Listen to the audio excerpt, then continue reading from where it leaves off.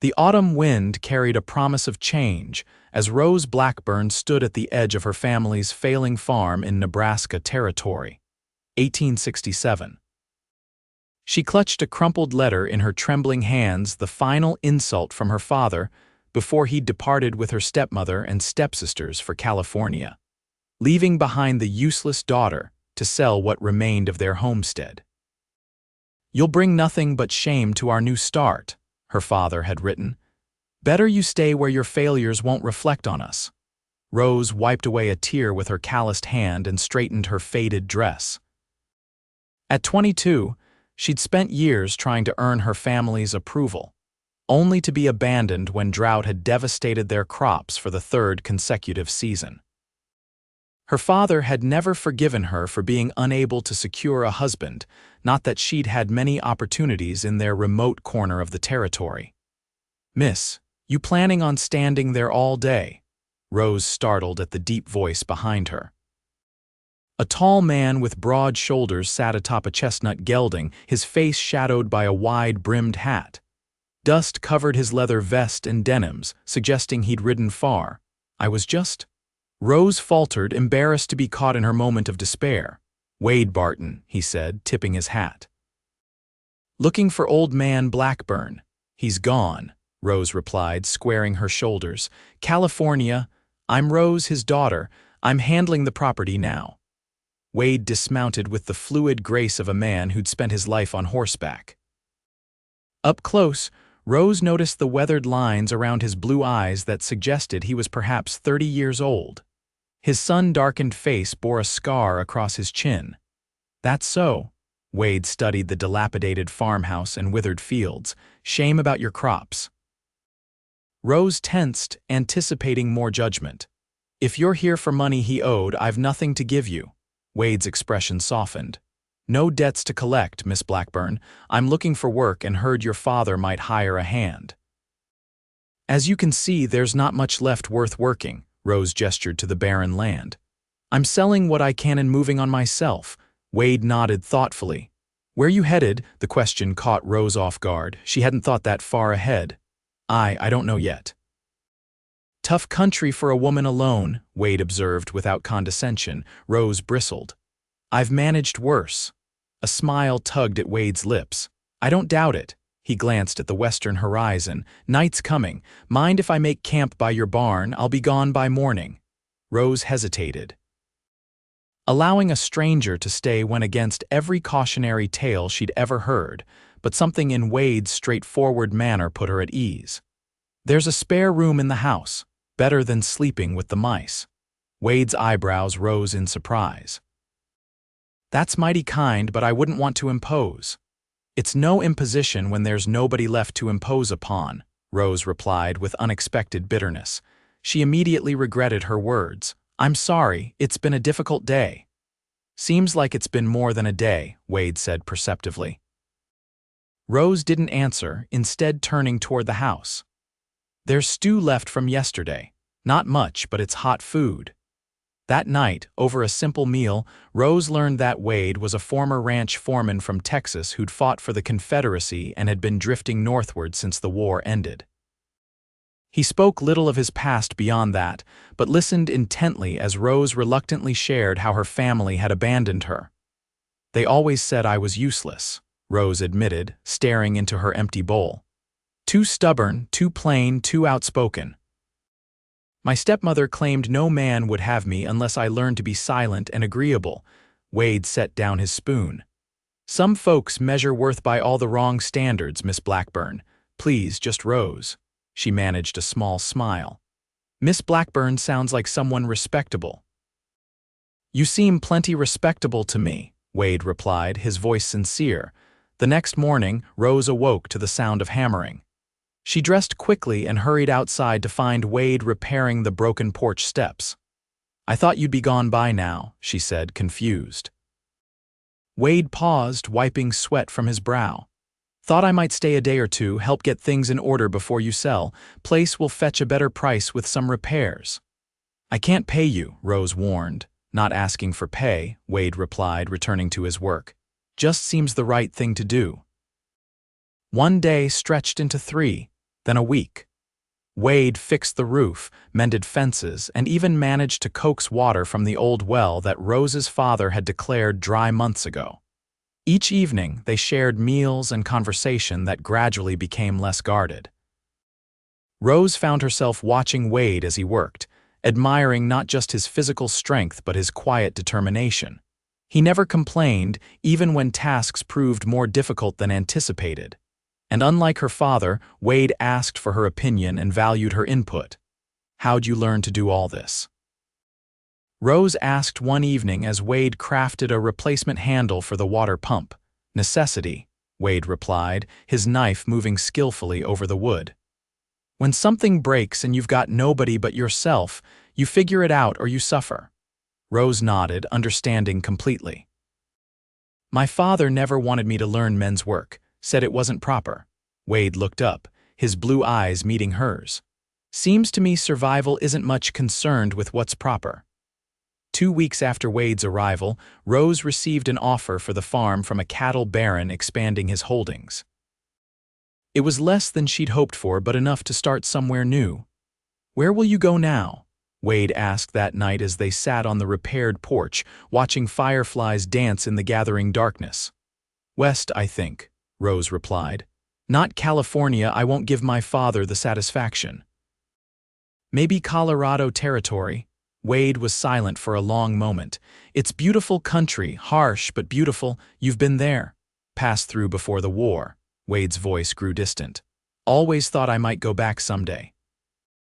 The implication hung in the air between them, unspoken but palpable. Rose's heart quickened at the possibility. "I've been thinking," Wade finally continued, "that old stagecoach line through Fort Collins is hiring drivers. Pays good and they provide housing." Rose turned to study his profile in the fading light. "Are you considering it?" "Might be," Wade admitted. "It's honest work and I've had my fill of drifting." The following day, as Rose sorted through the few possessions she would take with her, she heard riders approaching. Looking out the window, she saw 3 men on horseback entering the yard. Wade stepped out from the barn to meet them. Even from a distance, Rose could tell the conversation was tense. One man, wearing an expensive suit despite the dust of travel, gestured emphatically toward the house. Wade stood his ground, arms crossed. Rose hurried outside, anxiety rising in her chest. "Miss Blackburn," the suited man called as she approached. "I'm Edwin Prescott, representing Western Land Investments. I believe you received our offer for this property."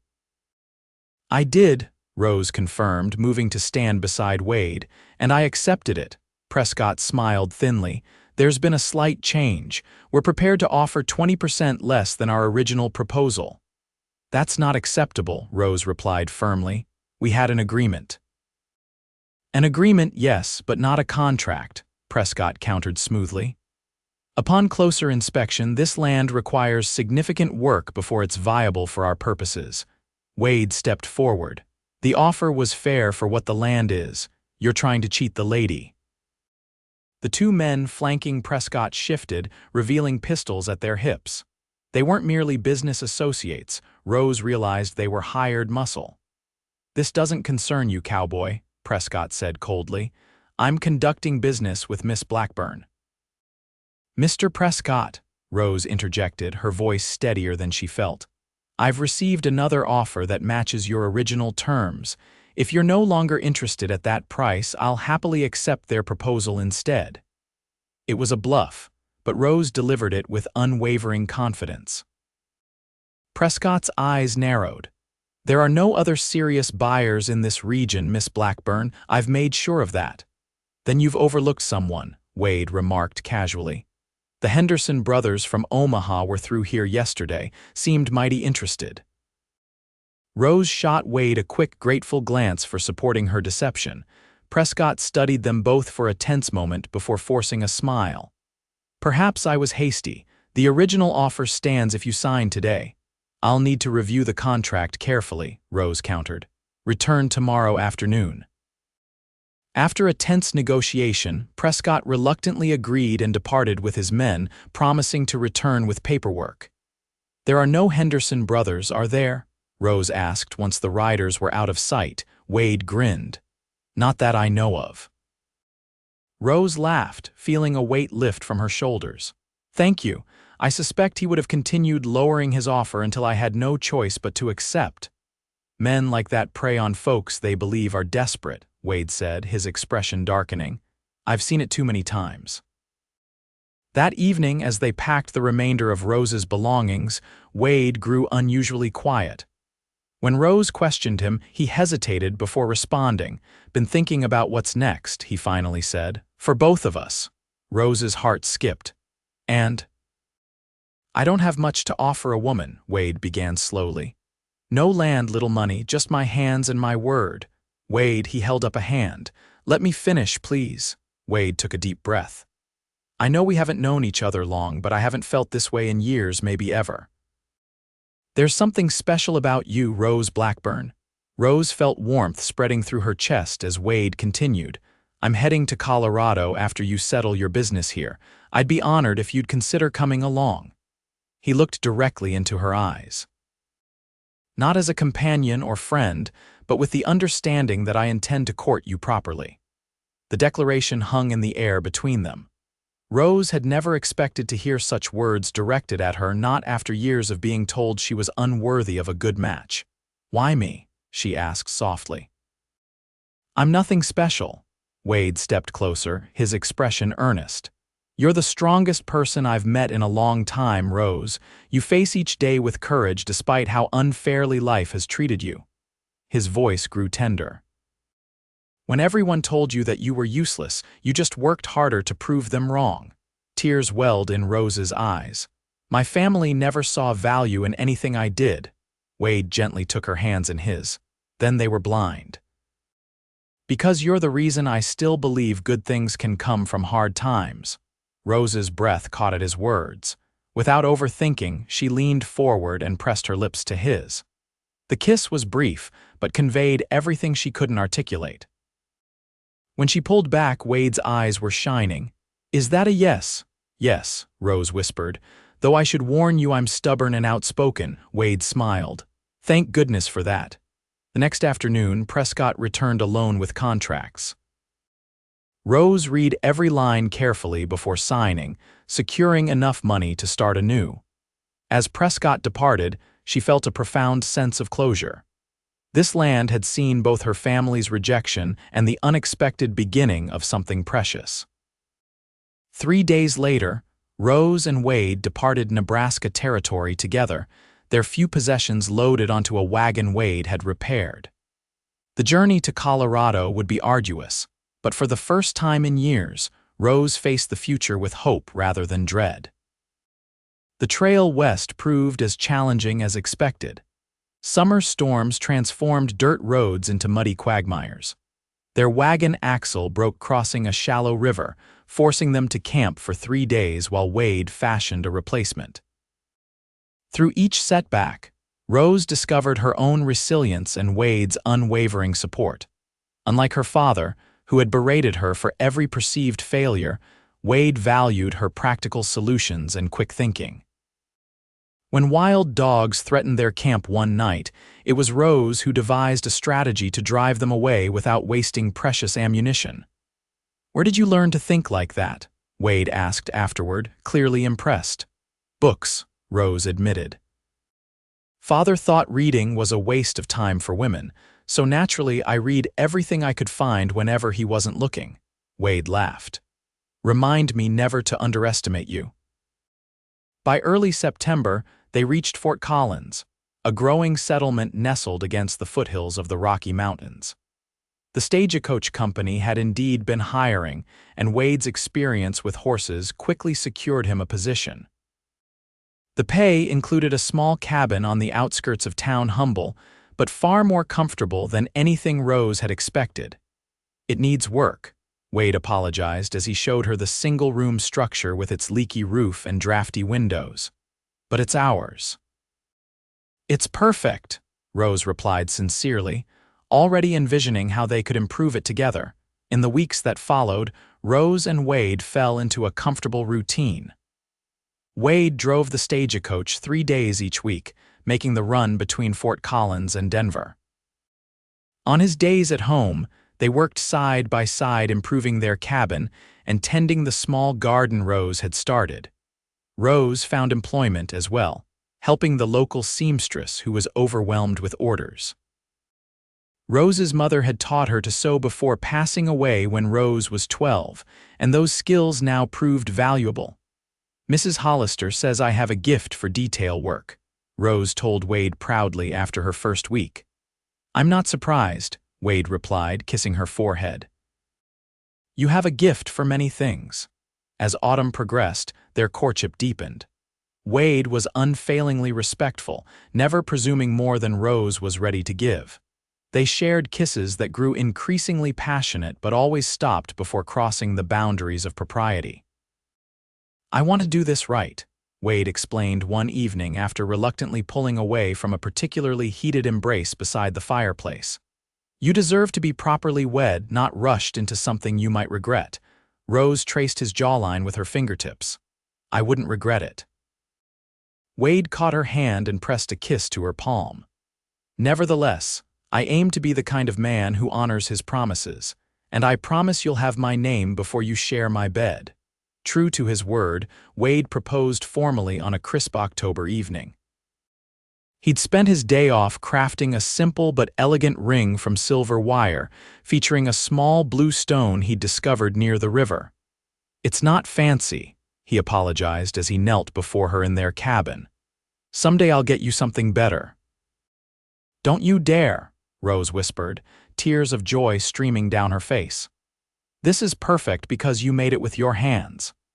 They married 2 weeks later in Fort Collins' newly constructed church, with only the minister, his wife, and a few of Wade's colleagues as witnesses.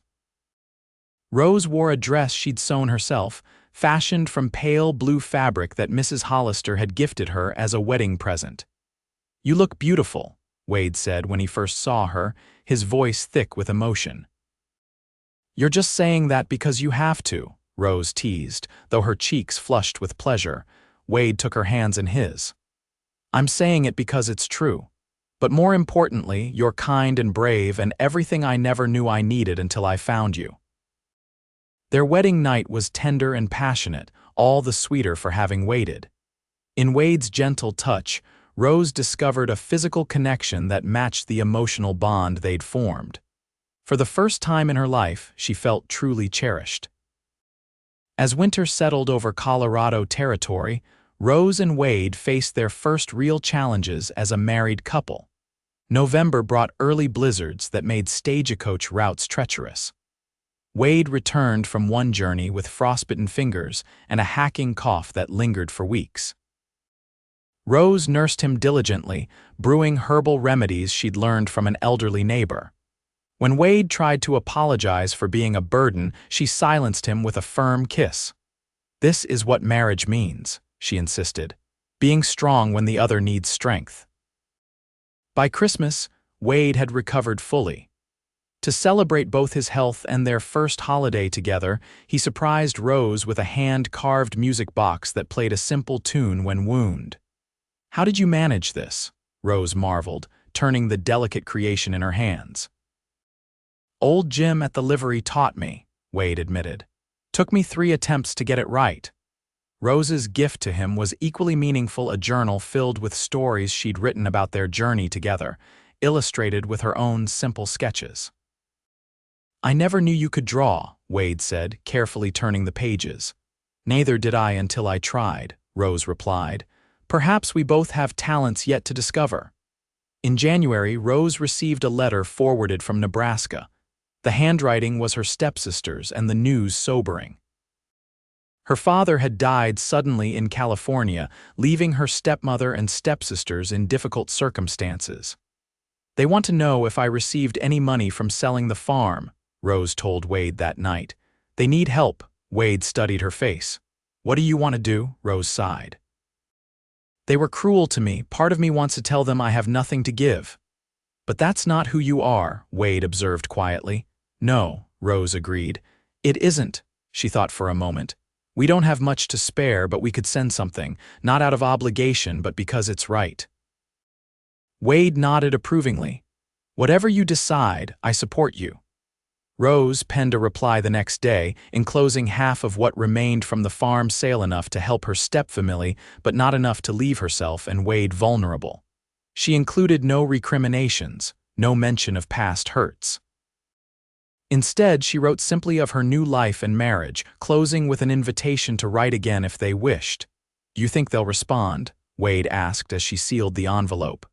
"I don't know," Rose admitted, "but I've done what I can. The rest is up to them." Spring arrived with transformative energy. The mountains shed their snow, wildflowers blanketed the foothills, and Rose discovered she was expecting a child. "Are you certain?" Wade asked when she shared the news, his expression a mixture of joy and concern. "As certain as I can be," Rose confirmed. "Mrs. Hollister says all the signs are there." Wade lifted her into his arms, spinning her in a circle before carefully setting her down. "A baby," he whispered in wonder. "Our baby." The pregnancy progressed well through summer, though the heat sometimes left Rose exhausted. Wade convinced the stagecoach company to assign him shorter routes so he could be home more often, despite the reduction in pay. "We'll manage," he assured Rose when she worried about their finances. "I've been saving for a surprise anyway." The surprise was revealed in August when Wade took Rose to see a small plot of land he'd purchased just outside town. 2 acres with a stream running through it, the property included a half-built cabin larger than their current home. The owner started building but had to return east when his mother fell ill, Wade explained. "I've been working on it when you think I'm taking extra shifts. The boys from the stagecoach line have been helping." Rose stared in amazement at what would soon be their new home. "When can we move in?" "Another month should do it," Wade replied, clearly pleased by her reaction. "Just in time before the little one arrives." Their daughter, Clara Elizabeth Barton, was born on a cold November morning in 1868, a year after they had settled in Colorado. She had Wade's blue eyes and Rose's determination, evident from her first powerful cry. "She's perfect," Wade whispered, cradling the infant with tears streaming unashamedly down his face. "Just like her mother." Rose, exhausted but radiant, watched her husband with their child. "I never imagined I could be this happy," she confessed. "Not after being told so often that I was worthless." Wade sat carefully beside her on the bed. "You know what I think? I think your family did you a favor by sending you away." Rose raised an eyebrow skeptically. "Hear me out," Wade continued. "If they hadn't been so blind, you might never have been alone on that farm when I rode up, and I might have continued drifting, never finding the woman who would change my life." Rose considered this perspective. "Perhaps you're right. Though it's strange to be grateful for something that hurt so much at the time." "Life's like that sometimes," Wade replied, gently adjusting the blanket around their daughter. "The hardest paths often lead to the most beautiful destinations." In the years that followed, Rose and Wade built a life that neither could have imagined during their difficult pasts. Their small homestead flourished as Wade continued working for the stagecoach company while developing their land on the side. Rose's sewing talents evolved into a successful business creating custom garments for the growing population of Fort Collins. Clara was joined by a brother, Daniel James, 2 years later, and eventually by twin girls, Sarah and Mary, completing their family. The Barton home became known as a place of warmth and welcome, often hosting travelers and newcomers to the area. Rose never received a reply from her stepfamily, but she made peace with that silence. The wounds of her childhood gradually healed, replaced by the confidence that came from being truly loved and valued. One evening, as they sat on the porch of their expanded home watching their children play in the yard, Wade took Rose's hand in his. "Do you ever wonder how different things might have been?" he asked. "If we hadn't met when we did," Rose squeezed his fingers. "Sometimes, but then I look at our children, our home, the life we've built." She leaned her head against his shoulder. "And I realized that all the pain was worth it to end up here." Wade pressed a kiss to her temple. "Do you remember what I told you when we first left Nebraska about why I wanted to court you?" Rose smiled at the memory. You said I was the reason you still believed good things could come from hard times. I meant it then, Wade said softly. And I mean it even more now. You taught me how to build something lasting, Rose, how to put down roots instead of always running. As twilight deepened around them and their children's laughter filled the air, Rose reflected on the journey that had brought her here from a useless daughter abandoned on a failing farm to a beloved wife, mother, and respected businesswoman. The road had been difficult, marked by rejection and uncertainty, but it had led her to immeasurable joy. We should write it all down someday, Rose mused. Our story. For the children, Wade nodded. A tale of finding hope when all seems lost. And of recognizing true worth, Rose added, when others fail to see it. As stars appeared in the darkening sky, Rose and Wade remained on their porch, hands intertwined, surrounded by the life they had created together, a testament to resilience, forgiveness, and the transformative power of being truly seen and valued by another soul.